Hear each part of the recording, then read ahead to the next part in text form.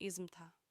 अगली रात वो अकेली कब्रिस्तान गई, हाथ में वो तस्वीर, साथ कुछ फूल और एक दिया। मैं तुम्हें याद करती हूँ और तुम्हें मुआफ़ करती हूँ, तुम्हारी याद ख़त्म नहीं होगी। साए तभी चीखते हैं जब हम सुनते नहीं।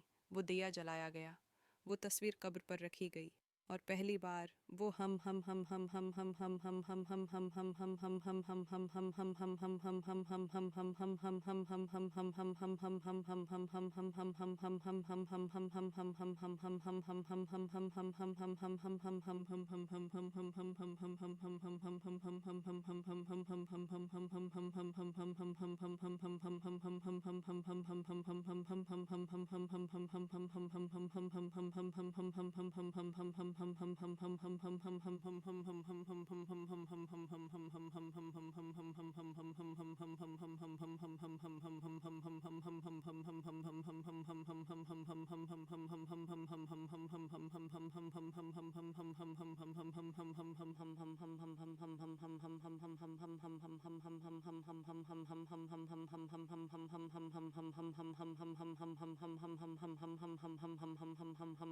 स्याह साया रोशनी में बदल गया।